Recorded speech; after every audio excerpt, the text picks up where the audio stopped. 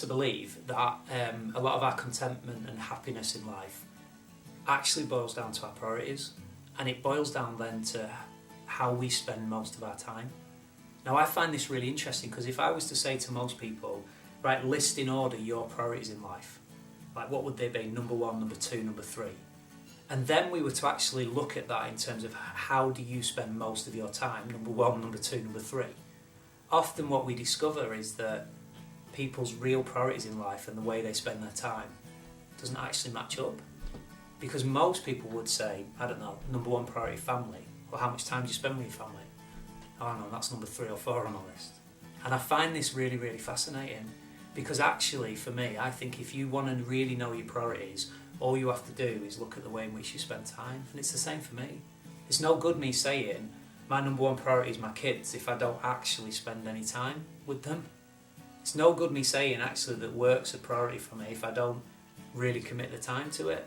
And the key to this really is trying to line up what are your priorities and where do you spend most of your time.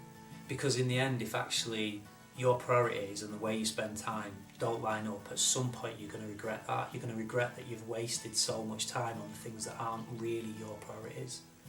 And actually our happiness in life comes from this, that we're spending most of our time on the things that really matter for us, the things that are really important.